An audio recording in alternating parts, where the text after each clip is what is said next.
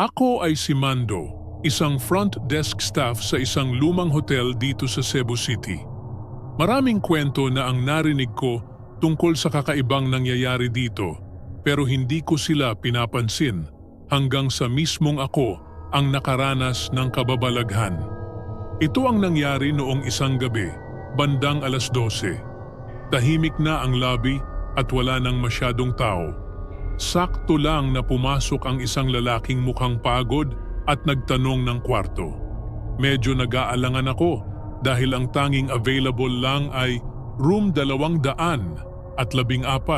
isang kwarto na halos hindi pinaparentahan dahil sa mga reklamo ng mga nakaraan na customer. Pero dahil wala na siyang ibang pagpipilian, ibinigay ko ang susi. Paglipas ng isang oras, bumaba si Manong Guard at ikinuwento sa akin ang kakaibang narinig niya mula sa room 214.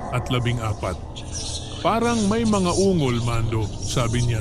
Sinilip namin sa CCTV ang hallway at laking gulat namin nang makita ang bisita namin na naglalakad papasok sa kwarto na tila nasa panaginip. Ngunit ang hindi ka pani-paniwala, hindi niya hawak ang sariling katawan niya.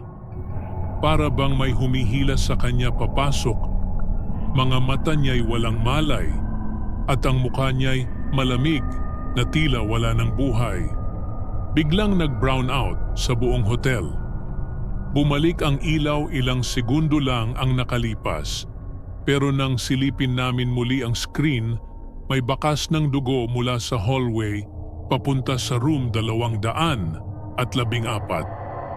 Sumugod kami ni Manong Guard, nanginginig ang aming mga kamay habang bumubukas ng pinto. Wala ang bisita. Ang tanging naiwan ay isang kakaibang amoy na hindi ko pa nararanasan, na parang luma at bulok.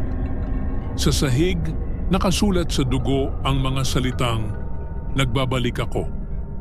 Hanggang ngayon, tuwing 12:00 ng gabi, naririnig ko pa rin ang mga ungol sa room 214.